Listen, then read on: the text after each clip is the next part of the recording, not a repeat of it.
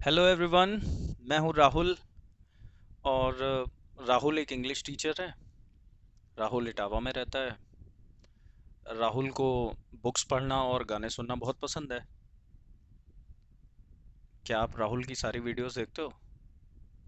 क्या हुआ? अजीब लगा? बिल्कुल अजीब लगा होगा। अजीब क्यों लगा? क्योंकि सर पागल हो गए क्या? बार बार अपना नाम क्यों ले रहे हो? है ना? Exactly exactly। तो कोई भी नेम बार बार रिपीट ना हो, है ना, इसीलिए प्रोनाउंस का यूज़ किया जाता है। ठीक है। आज का हमारा टॉपिक क्या होने वाला है? प्रोनाउंस। ओके। तो प्रोनाउंस का इम्पोर्टेंस क्या है? यही इम्पोर्टेंस है कि जब बात हो रही है, बेसिकली ये सारे शब्द वगैरह, ये सेंटेंसेस वगैरह काहे के लिए पढ़ रहे हैं हम लोग? ताकि बात कर सके इंग्लिश में फाइनली। राइट। तो जब बात हो रही होती है तो कोई भी बार बार नाम लेता है क्या? नहीं ना। यही बात अगर मैं ऐसे बोलता, हेलो, मेरा नाम राहुल है, मैं इंग्लिश पढ़ाता हूँ, ठीक है, मैं इटावा में रहता हूँ, क्या आप मेरी सारी वीडियोस देखते हो? है ना? तो जब प्रोनाउंस का यूज़ किया जाएगा तब जा कर के वो बात थोड़ी सी हजम होगी, है ना? चलिए। तो प्रोनाउंस क्या है? Basically words used in place of nouns. Nouns यानी कि नेम्स। इससे पहले हमने पढ़ा था नेम्स। अब वो नेम्स की कितनी कैटेगरीज हैं, नाउन्स का क्या यूज़ होता है, सेंटेंस में किस तरह से उसको यूज़ करना चाहिए, या एक सेंटेंस में नाउन कहाँ कहाँ आपको मिल सकता है। ठीक है। तो बेटा जो यूजेस हमने अभी नाउन्स के देखे थे, सेम वही यूजेस प्रोनाउन के भी होते हैं। ठीक है। जैसे हमने उसमें पाया था ना कि या तो नाउन सेंटेंस का सब्जेक्ट होता है, या ऑब्जेक्ट हो सकता है, या फिर कॉम्प्लीमेंट। ठीक वही यूजेस प्रोनाउंस के भी होते हैं। हम्म। तो प्रोनाउंस के कुछ इंपॉर्टेंट टाइप्स हैं, उनके बारे में पढ़ लेते हैं। Okay. So the first one is personal pronoun. Guys English language के अंदर सबसे ज्यादा यूज होने वाला प्रोनाउन है पर्सनल प्रोनाउन। क्योंकि मैंने कहा था ना कि जब भी बात होती है तो दो लोगों के बीच में बात होती है। ओके। और या तो वो दो आपस में एक दूसरे की बात कर रहे होंगे, या फिर किसी तीसरे की। ठीक है। और जब भी हम आपस में बात करते हैं तो मैं, तुम, आप, हम, है ना, वो या वह, हिंदी में अगर बात करें तो, है ना। कहा ही था मैंने आपसे कि अगर आपको इंग्लिश में ये चीज़ें समझ नहीं आती हैं तो आप हिंदी ग्रामर का सहारा ले सकते हो। क्योंकि जैसे यहाँ पर नाउन है वहाँ संज्ञा है, यहाँ प्रोनाउन है उसमें सर्वनाम है ना। नाम दोनों के अलग अलग हैं लेकिन चीज़ तो वही है। ठीक है। सीख तो आप लैंग्वेज ही रहे हो। हम्म। खैर। तो पर्सनल प्रोनाउंस को अभी हम बाद में डिटेल में पढ़ेंगे, फिलहाल शॉर्ट में जान लेते हैं। जैसे कि I, we, you, he, she, it, या फिर दे। चलिए हिंदी बता देता हूँ। है ना। आई यानी कि मैं। जब अपनी बात कर रहे होते हैं तो आई बोलते हैं। ठीक है। और बात करने वाले अगर ज्यादा हैं एक से, अगर अकेले हो आप बात करने वाले तो आई बोलोगे। या मान लीजिए मैं आपसे बात करूंगा तो मैं अपने लिए आई बोलूंगा। लेकिन मेरे साथ यहाँ पर तीन चार टीचर्स और खड़े हों और हम लोग एक साथ आपसे बात करना चाहें तो हम वी बोलेंगे ना। देखो हम, है ना, वी। यू जिससे बात हो रही होती है। ठीक है। तो कल मैंने, सॉरी, इससे पिछले वीडियो में मैंने एक चीज़ बताई थी कि जो बात करने वाला होता है वो होता है फर्स्ट पर्सन, जिससे बात हो रही है वो होता है सेकंड पर्सन, और जिसकी बात होती है वो होता है थर्ड पर्सन। भाई जिसकी भी हम बात कर रहे हैं या तो हम उसका नाम लेकर के बात करेंगे, है ना, और या नाम नहीं लेंगे तो ऑब्वियस सी बात है उसके लिए कोई ना कोई प्रोनाउन यूज करेंगे। तो अगर वो लड़का है, या सॉरी, लड़का ही क्यों, अगर वो मेल है तो ही, फीमेल है तो शी। ठीक है। और अगर बहुत सारे लोग हैं तो दे। अब बचता है ये इट। तो इट वैसे तो मोस्टली जानवरों के लिए यूज किया जाता है और नॉन लिविंग थिंग्स के लिए। बट इट के और भी कुछ यूजेस होते हैं, तो उसको भी आगे समझेंगे। फिलहाल एग्जांपल्स देखते हैं कुछ। I live in Etawah. I I live in Etawah, मैं अपने बारे में बता रहा हूँ ना। I live in Etawah. You are my friend. मैं आपसे बात कर रहा हूँ और आपको बोल रहा हूँ यू आर माई फ्रेंड, तो मैं आपके लिए आई तो नहीं बोल सकता ना, या आपके लिए ही नहीं बोल सकता। हाँ, ही आपके लिए तब बोल सकता हूँ जब मैं आपसे बात नहीं कर रहा, किसी और से आपके बारे में अगर मैं बात करूं तो मैं आपके लिए ही बोलूंगा, क्योंकि तब आप थर्ड पर्सन हो गए। लेकिन अगर आपसे ही बात हो रही है तो आप तो सेकंड पर्सन हुए। Hmm, you are my best friend, है ना। फिर he goes to school daily, he. अब जब मैंने ही बोला तो ना तो मैं अपनी बात कर रहा हूं, ना ही मैं आपकी बात कर रहा हूं, मैं किसी और की बात कर रहा हूं, कोई लड़का हो सकता है, ठीक है। He goes to school daily, वो डेली स्कूल जाता है। दे आर लाफिंग, दे, अब ये दे से पता चल रहा है कोई एक व्यक्ति तो नहीं है, ज्यादा हैं, हंस रहे हैं, पता नहीं किसी बात पे हंस रहे होंगे, जोक सुनाया होगा किसी ने बढ़िया सा।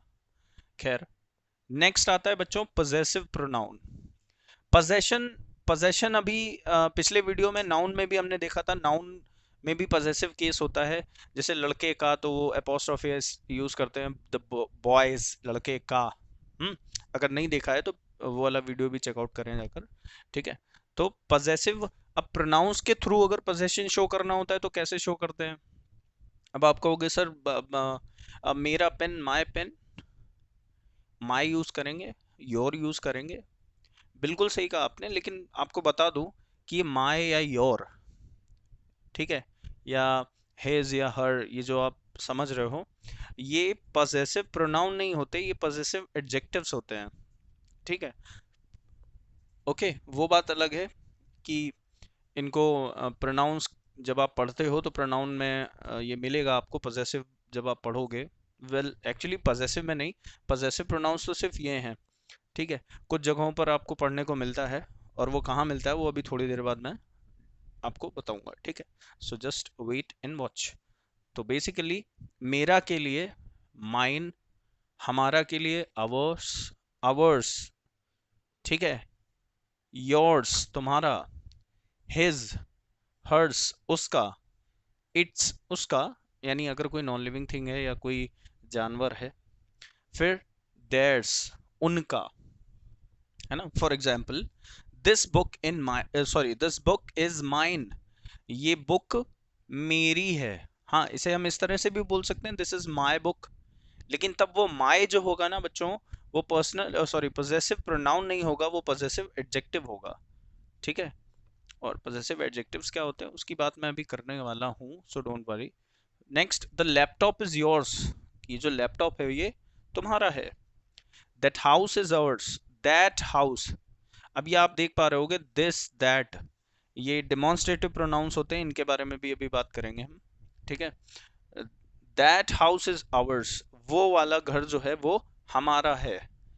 दैट कार इज हर्स, वो वाली कार उसकी है, हर्स यानी कोई लड़की है या कोई महिला है, उसकी कार है ये, ठीक है। फिर reflexive pronoun, reflex, reflex word का मतलब आप में से कई लोग जानते होंगे रिफ्लेक्स का मतलब क्या होता है, ठीक है। रिफ्लेक्स, तो रिफ्लेक्सिव, ये ऐसे प्रोनाउंस होते हैं, मैं आपको बताऊं, देखिए,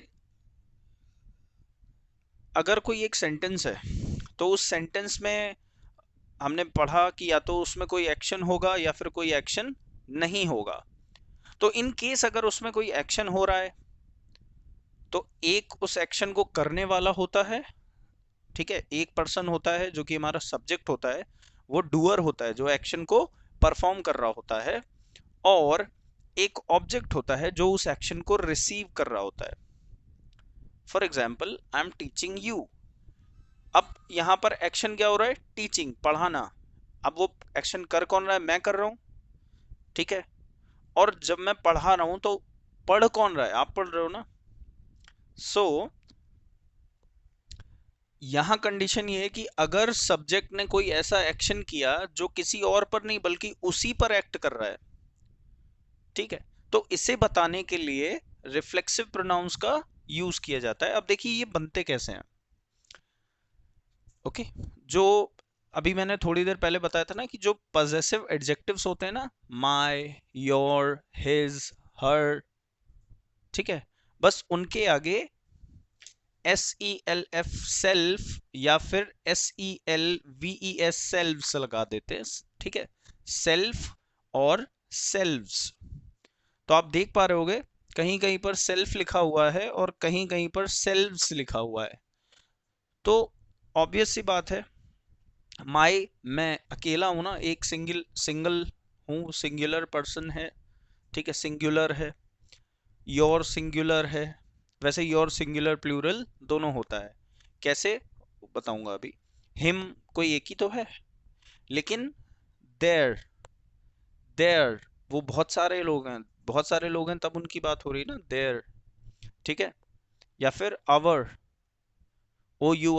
और आवर भी बोल सकते हो आप, कोई दिक्कत नहीं।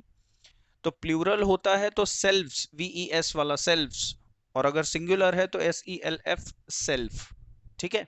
सो myself, yourself, himself, herself, itself, ourselves, yourselves and themselves. Hindi में जो खुद शब्द सुना होगा आपने, खुद, है ना, क्यों खुद को कष्ट पहुंचा रहे हो, क्यों खुद को दुख दुख दे रहे हो, है ना, समझ रहे हैं आप, मतलब दुख दे रहे हैं और खुद को ही दे रहे हैं। अपने आप को यूं सजा मत दो, सजा दे रहे हैं हम, खुद ही सजा दे रहे हैं, और किसे दे रहे हैं, अपने ही आप को दे रहे हैं, है ना। सो आई डाउटेड माई सेल्फ, आई यानी मैं, डाउटेड मतलब माई सेल्फ, मुझे अपने आप पर ही डाउट हुआ। डाउट हुआ किस पर हुआ, किसी और पर नहीं, अपने आप पर ही। कहा ना मैंने, जब सब्जेक्ट और अगर किसी एक्शन का डूअर और रिसीवर दोनों सेम हो, तो ऐसे कंडीशंस में कौन सा प्रोनाउन यूज करना है हमें, reflexive pronoun. Okay, the boy, the boy injured, verb क्या है, इंजर्ड, इंजर्ड यानी चोट पहुंचाना। तो बॉय ने चोट पहुंचाई, किसको पहुंचाई, खुद को ही पहुंचा ली। हिमसेल्फ कर रहा होगा कुछ काम, बच्चे सुनते कहाँ आजकल। You should trust your self, तुम्हें ट्रस्ट करना चाहिए, भरोसा करना चाहिए, किस पर, अपने आप पर। तो यू था हमारा सब्जेक्ट, तो यू के लिए कौन सा रिफ्लेक्सिव प्रोनाउन आया, योरसेल्फ। अब यू के लिए माई सेल्फ थोड़ा ना यूज कर लेंगे, है ना। तो जैसा सब्जेक्ट वैसा ही उसके लिए रिफ्लेक्सिव प्रोनाउन, इसीलिए तो ये अलग अलग हैं इतने सारे। और कहीं नए नहीं, कुछ नया नहीं आ गया, ये उन्हीं जो पुराने थे, आई मीन जो और टाइप्स हैं उन्हीं में सेल्फ या सेल्फ ऐड करके हो गया। नेक्स्ट देखते हैं रेसिप्रोकल। रेसिप्रोकल, ये वर्ड मैथ्स में भी पढ़ा होगा आपने, नहीं, रेसिप्रोकल, ये या आपने फ्रैक्शंस में पढ़ा होगा, अगर न्यूमरेटर डिनोमिनेटर को ऊपर नीचे कर दें, जगह बदल दें, तो वो रेसिप्रोकल हो जाता है ना। मतलब आपस में ही उनका फेर बदल हो जाती ना, आपस में ही जगह बदल जाती है। तो वो आपस के लिए, समझ रहे हो, आपस के लिए अगर कोई प्रोनाउन यूज करना है, अब वो कैसे, कंडीशन देखिए आप, ईच अदर या वन अनदर। ईच अदर एक दूसरे को, ईच अदर और वन अनदर, हिंदी में सेंस वही आता है, एक दूसरे को, ठीक है, एक दूसरे को। जैसे होली, होली में हम लोग एक दूसरे को रंग लगाते हैं, है ना, ठीक है। सो आगे देखते हैं, देखिएगा, रोहित एंड सूरज। तो यहाँ पर रोहित और सूरज की बात हो रही है, दैट मीन्स सब्जेक्ट कौन है, रोहित और सूरज दोनों सब्जेक्ट्स हैं। Really hate each other, Rohit और सूरज जो हैं वो एक दूसरे से बहुत नफरत करते हैं, एक दूसरे से, समझ रहे हो। या फिर जैसा कि पहले अभी मैंने सेंटेंस बोला था कि होली में हम एक दूसरे को रंग लगाते हैं। अब देखिएगा, ईच अदर का यूज तब करते हैं when we are talking about two persons. अगर सिर्फ दो लोगों के बीच की बात है तो उसके लिए आप ईच अदर यूज करें, और दो से ज्यादा की बात है तो उसके लिए वन अनदर, ठीक। अब जब होली में रंग लगा रहे होते हो तो खाली दो ही लोग थोड़े ना होते हो, तमाम लोग हैं, 8-10 लोग, 8-10 क्यों, मैं कह रहा हूँ 15-20 लोग हैं, और सब आपस में एक दूसरे को रंग लगा रहे हैं। हम्म आगे बढ़ते हैं। रिलेटिव प्रोनाउन, रिलेटिव रिश्तेदार, नहीं नहीं, ये रिलेटिव रिश्तेदार वाला रिलेटिव नहीं है, ये रिलेट करने वाला रिलेटिव है। मतलब कोई दो चीजों को आपस में रिलेट कर दे। इनफैक्ट रिश्तेदार भी वो रिलेट ही करते हैं हम लोगों से, ठीक है, किसी ना किसी तरह से हमारा उनसे संबंध होता है। तो बेसिकली संबंध बताने वाले, ठीक है, किस तरह से वो भी देख लेते हैं। पहले तो एग्जांपल देख लेते हैं। हु, होम, ठीक है, that, which, whose, where and when. ठीक है, अब आप कहने वाले हो सर ये तो सारे क्वेश्चन वर्ड्स हैं। बिल्कुल हैं, बिल्कुल हैं ये क्वेश्चन वर्ड्स, लेकिन क्वेश्चन जो होता है ना, हमारा जो क्वेश्चन है, इंट्रोगेटिव सेंटेंस होता है, उसका फॉर्मेशन अलग होता है। उसमें अभी हालांकि सेंटेंस मैंने पढ़ाया नहीं है, बहुत जल्द पढ़ाने वाला हूँ, पर फिर भी शॉर्ट में बता देता हूँ कि जो क्वेश्चन वर्ड्स होते हैं ना, वो जब किसी क्वेश्चन वाले सेंटेंस में आते हैं, यानी इंट्रोगेटिव सेंटेंस में आते हैं, तो क्वेश्चन वर्ड के बाद हेल्पिंग वर्ब आना जरूरी है। हेल्पिंग वर्ब मोस्टली, कुछ क्वेश्चन वर्ड्स में तुरंत बाद में यू नो हेल्पिंग वर्ब आता है और फिर उसके तुरंत बाद सब्जेक्ट आता है। लेकिन कुछ ऐसे होते हैं कि जिनमें क्वेश्चन वर्ड होता है, हेल्पिंग वर्ब होता है और सब्जेक्ट नहीं होता। एक एग्जांपल के थ्रू समझ लीजिएगा। For example, where are you going. ठीक है, तो हमने देखा वेयर क्वेश्चन वर्ड है, आर हेल्पिंग वर्ब और यू सब्जेक्ट, ये स्ट्रक्चर है। लेकिन हु इज गोइंग, तो अब आप देखिएगा, who question word, is helping verb और फिर गोइंग मेन वर्ब, सब्जेक्ट आए नहीं। क्योंकि यहां पर ऐसे जब ये हु होता है ना, तो हु क्या करता है, वो सब्जेक्ट की जगह ले लेता है और बिल्कुल सिंपल सेंटेंस की तरह उसका स्ट्रक्चर लिखा जाता है। खैर वो अलग बात है जो कि सेंटेंस में हम पढ़ेंगे, पर समझने के लिए था। आई होप समझ गए होगे। चलिए सेंटेंस एग्जांपल देखते हैं। I know the man, I know the man, I know the man, यानी मैं उस मैन, जिस मैन की भी बात हो रही है, उसे जानता हूं। Who came here, who came here, ध्यान से देखिएगा जरा, subject verb object, right, subject verb object, okay. Who came here, अब यहां पर देखिएगा वर्ब है, केम यानी आया, वर्ब है, तो वर्ब से पहले तो सब्जेक्ट होना चाहिए, है ना, वर्ब से पहले सब्जेक्ट होना चाहिए। तो कहीं ना कहीं ये जो हु वर्ड है, ये सब्जेक्ट की तरह एक्ट नहीं कर रहा है। हु केम हेयर, जो यहां आया था, तो कौन यहां आया था, वो आदमी ना जिसे मैं जानता हूं। समझिएगा, फिर से समझिएगा, मैं उस आदमी को जानता हूं जो यहाँ आया था। मतलब कोई आदमी यहाँ आया था, किसी से मिलने आया होगा, आपने देखा और आप उसे जानते थे, ठीक है। तो बस आप यही बात बता रहे हो किसी को कि यार जो आदमी अभी आया था ना, मैं उसे जानता हूँ या जानती हूँ। तो ये जो हु वर्ड है, हु, ये हु किसके लिए यूज हुआ है बेटा, ये हु यूज हुआ है उसी व्यक्ति के लिए, उसी आदमी के लिए जो आया था, ठीक है।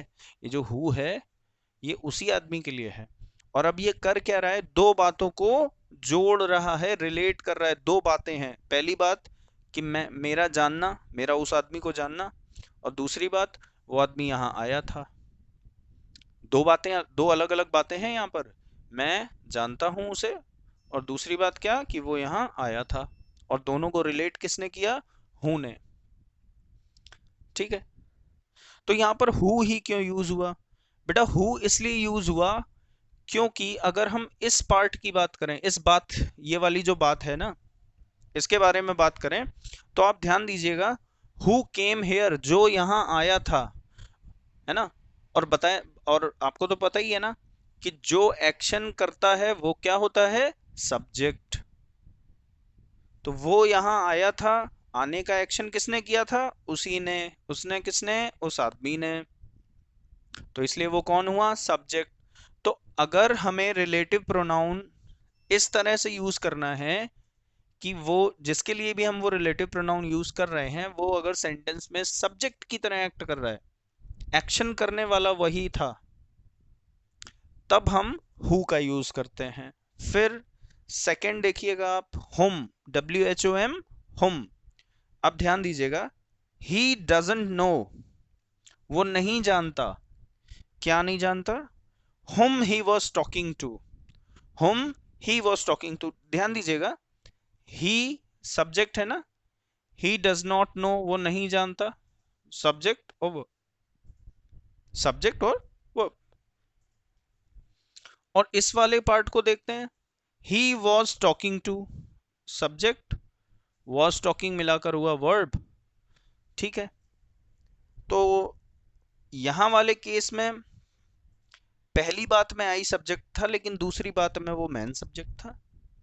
बट यहां हम देख रहे हैं पहली बात में भी ही सब्जेक्ट है, दूसरी बात में भी ही सब्जेक्ट है, तो फिर ये हुम किसके लिए यूज किया?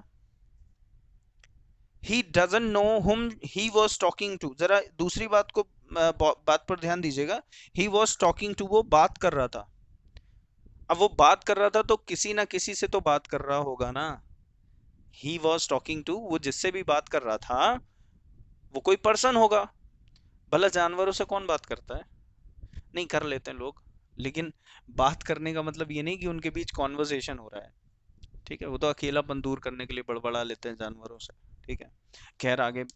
तो अब ही बात कर रहा था ना, ही बात कर रहा था तो ही सब्जेक्ट हुआ।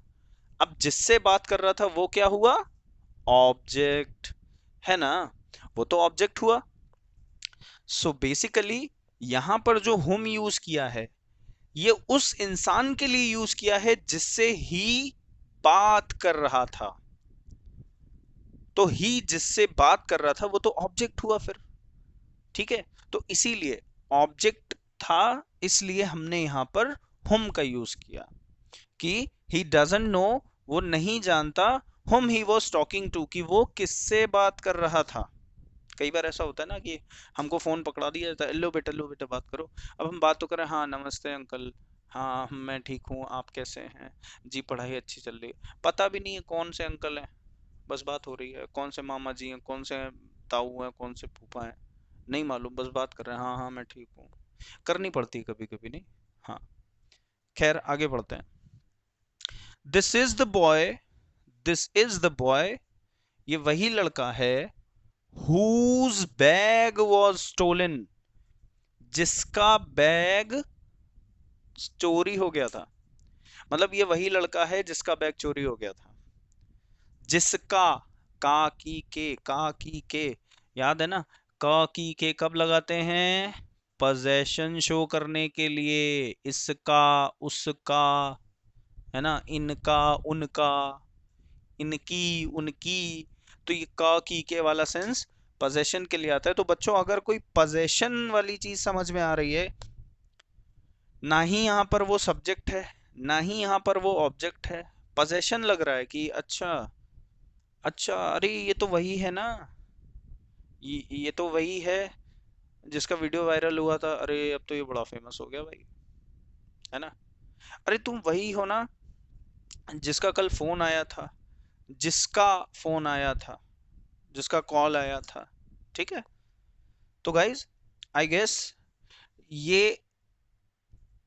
ये वाले टाइप्स आपको क्लियर हुए।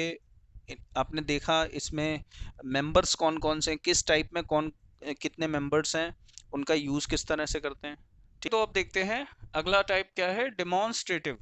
डेमोन्स्ट्रेटिव प्रोनाउंस, ये वो प्रोनाउंस हैं जो सिर्फ किसी चीज को डेमोन्स्ट्रेट करने के लिए, डेमोन्स्ट्रेट करने का मतलब यूं समझ लीजिए आप, बस किसी चीज की ओर इशारा करने के लिए कि हाँ ये रहा या वो रहा, है ना?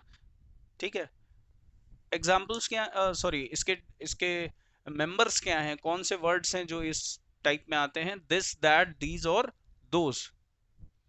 ठीक है, अब देखिए प्लीज एक रिक्वेस्ट मेरी आप माने कि इनको इनके हिंदी नाम से नहीं बल्कि इनके यूज से समझिए आप।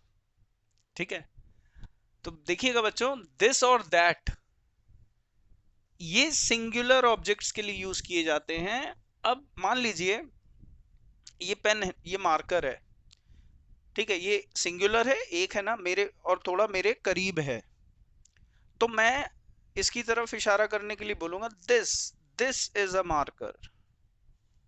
ठीक है। अब वहीं अगर ये पेन कहीं दूर रखा होता, दूर होता, मुझसे दूर होता, तब मैं कहता तब मैं इसके लिए क्या क्या वर्ड यूज करता, फिर मैं यूज करता that. That is a marker, है ना। उसी तरह दीज और दोज का हाल है, ठीक है। दीज और दोज प्लूरल्स के लिए, दिस और दैट सिंगुलर्स के लिए, और दीज और दोज प्लूरल्स के लिए। ओके। अगर कोई कुछ ढेर सारी चीजें और आपके नजदीक हैं, यानी पास है, ढेर सारी हैं, प्लूरल हैं, तो दीज, ठीक है। For example these are pencils, ढेर सारी पेंसिल्स रखी हैं, और सपोज कोई छोटा बच्चा है, मैं उसे बता रहा हूँ कि देखो इनको पेंसिल्स बोलते हैं, तो दीज आर पेंसिल्स, है ना। और कोई चीजें दूर हैं, अब जैसे स्टार्स तो बहुत दूर है ना, तो दोज आर स्टार्स, ठीक है, ध्यान रहेगा। सिंगुलर्स के लिए दिस और दैट, और प्लूरल्स के लिए दीज और दोज, है ना। अब जैसे बुक है, पास में रखी हुई है, दिस इज माई बुक, है ना। लायन, लायन थोड़ा दूर है, दूर खड़ा हुआ है, अब ऑब्वियसली दूर ही होगा, पास कौन जाएगा भैया, है ना। उसका नाश्ता बन जाओगे तुरंत। तो that is a lion, that दूर है ना, तो दैट इज अ लॉयन, ठीक है, क्लियर है। So basically this that these those, ये किसी भी चीज को डिमॉन्स्ट्रेट करने के लिए यूज किए जाते हैं, बस। ओके।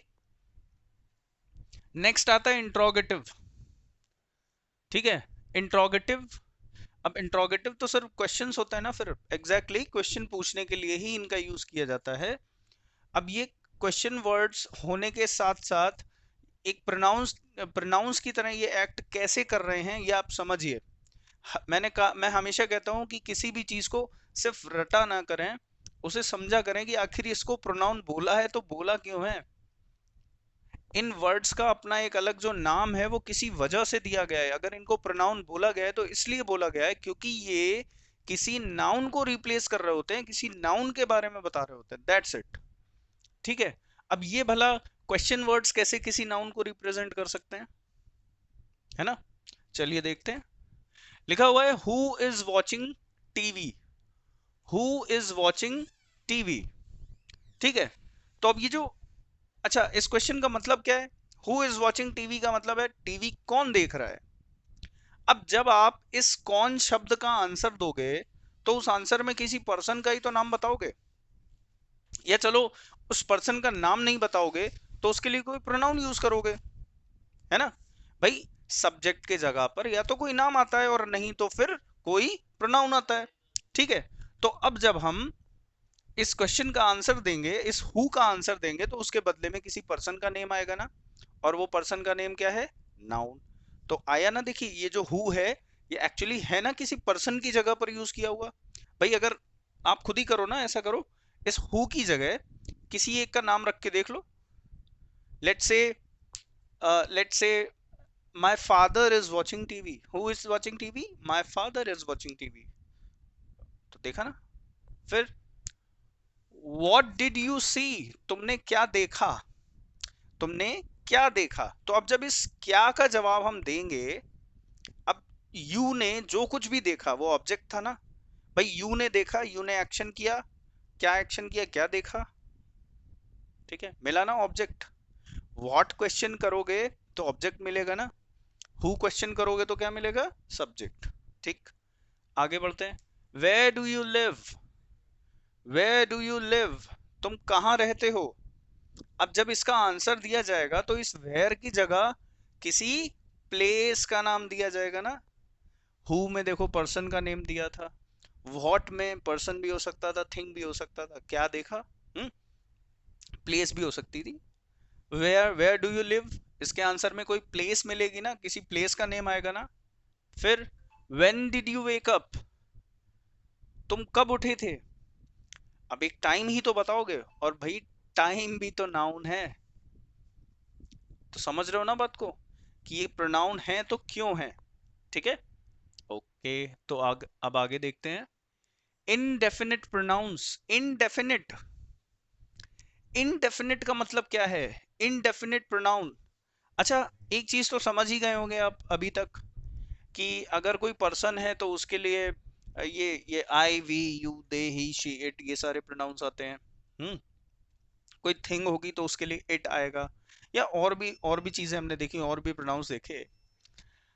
अब मान लीजिए हमारे जो सेंटेंस है, जो बात हम बोल रहे हैं, हमको पता ही नहीं है कि उसका सब्जेक्ट कौन है, हमको पता ही नहीं है कि किसके बारे में बात हो रही है, हमको पता ही नहीं है ये काम किसने किया, या हमको पता ही नहीं है कि ऑब्जेक्ट क्या था, क्या है, या ऑब्जेक्ट कौन है। फॉर एग्जाम्पल, मैंने किसी को वहां देखा, मैंने वहां किसी को देखा, मैंने वहां किसी को देखा। अब मैंने ऐसी बात क्यों कही है? ऐसी बात इसलिए कही ना क्योंकि मुझे पता ही नहीं है कि वो कौन था। जब मुझे पता नहीं था ना कि वो कौन था, तभी तो मैंने कहा मैंने किसी को देखा, वरना मैं नाम न ले देता। समझ रहे हो कि नहीं? एग्जैक्टली यही चीज है। ओके, सो एग्जाम्पल्स क्या है इसके? सबसे पहले तो हम ये देखते हैं कि इसके मेंबर्स कौन कौन है। जैसे anyone, anything, someone, something, somebody, no one, nobody, या एनीबडी। ये शब्द तब यूज किए जाते हैं जब सब्जेक्ट या ऑब्जेक्ट पता ना हो कि कौन है या क्या है। For example, I saw someone, मैंने किसी को देखा। अब मैंने ऐसा इसलिए बोला ना क्योंकि मुझे पता ही नहीं था वो कौन कौन है। इवन मुझे ये तक नहीं पता कि वो आदमी था या औरत थी। मैंने तो बस बोल दिया मैंने किसी को देखा, परछाई दिखी मुझे, तो मुझे लगा कोई है। नेक्स्ट, नो बडी हेल्प्ड हिम, उसकी किसी ने मदद नहीं की। अब किसी ने से मेरा मतलब है ना ही किसी मैन ने, ना किसी वुमेन ने, ना किसी बॉय ने, ना किसी गर्ल ने, नो बडी, कोई नहीं, है ना? तो ये प्रोनाउंस ऐसे हैं जिनसे नहीं पता चलता कि की बात किसकी हो रही हो, कोई मैन है या वुमेन है, कौन है, या कोई जानवर है या कोई चीज है। ठीक है। फिर any one can participate, any one can participate, भाई कोई कंपटीशन हो रहा है और उसमें कहा जा रहा है कि एनी वन कैन पार्टिसिपेट, कोई कोई बाउंडेशन नहीं है, कोई लिमिट्स नहीं है, कोई भी पार्टिसिपेट कर सकता है। तो कोई भी से तो मतलब कोई भी हो गया ना। फिर चाहे वो मेल हो या फीमेल हो, है ना? ठीक है। हाँ, अब ये मत कह देना कि उसमें सर गाय भैंस तो गाय भैंस भी पार्टिसिपेट करवाते क्या? अब डांसिंग कंपटीशन में गाय भैंसे थोड़े डांस करेंगी, ऑब्वियस सी बात है, पर्सन होंगे। फिर I want something to eat, I subject, want verb, I को समथिंग चाहिए, आई को समथिंग चाहिए खाने के लिए, है ना? कुछ भी दे दो, नहीं ऐसे ही नहीं, कुछ भी मत दे देना, ठीक है? पेट वेट खराब हो जाएगा। I want something to eat मतलब मुझे खाने के लिए कुछ चाहिए। तो अब अगर हम यहाँ समथिंग की जगह समोसाज रख दें, I want samosas to eat, मुझे खाने के लिए समोसे चाहिए, तो कहीं ना कहीं ये समथिंग, अब इस समथिंग की जगह हम कुछ भी लिख सकते हैं, पिज्जा लिख सकते हैं, बर्गर लिख सकते हैं, दाल चावल लिख सकते हैं, रोटी सब्जी, कुछ भी हो सकता है भाई। तो जो भी होगा वो होगी तो कोई खाने वाली चीज ना, थिंग। ठीक है, नाउन होगा। ठीक, क्लियर है ना? सारे टाइप्स क्लियर हैं, उनके मेंबर्स समझ में आ गए, उस टाइप में कौन कौन किस किस तरह के वर्ड्स होते हैं और वो किस तरह से सेंटेंस में यूज हो रहे हैं। ठीक है। अच्छा, तो बच्चों जैसा कि मैंने स्टार्टिंग में बोला था कि बेटा जो पर्सनल प्रोनाउंस हैं, ये प्रोनाउंस स्पेशल हैं क्योंकि इंग्लिश लैंग्वेज में इंग्लिश बोलते समय सबसे ज्यादा इन्हीं का यूज होता है। ऐसा क्यों है? ठीक है, उसके बारे में भी जानेंगे और किस तरह से यूज करना है ये भी जानेंगे। पहले एक नजर डाल लेते हैं इस पर। ठीक है, लिखा हुआ है सब्जेक्ट, ऑब्जेक्ट, फिर पजेसिव एडजेक्टिव और पजेसिव या फिर प्रोनाउन। पहले ही बोला था पजेसिव एडजेक्टिव्स अलग होते हैं, पजेसिव प्रोनाउन अलग होते हैं। तो चलिए अब उसकी बात कर लेते हैं। तो गाइज, जब भी दो लोगों के बीच बात हो रही होती है तो बात करने वाला होता है फर्स्ट पर्सन, जिससे बात हो रही है वो सेकंड पर्सन, और जिसकी बात हो रही है वो थर्ड पर्सन। तो बात करने वाला अगर एक है यानी सिंगुलर है तो आई, बात करने वाले ज्यादा हैं यानी प्लूरल हैं तो वी। ठीक है।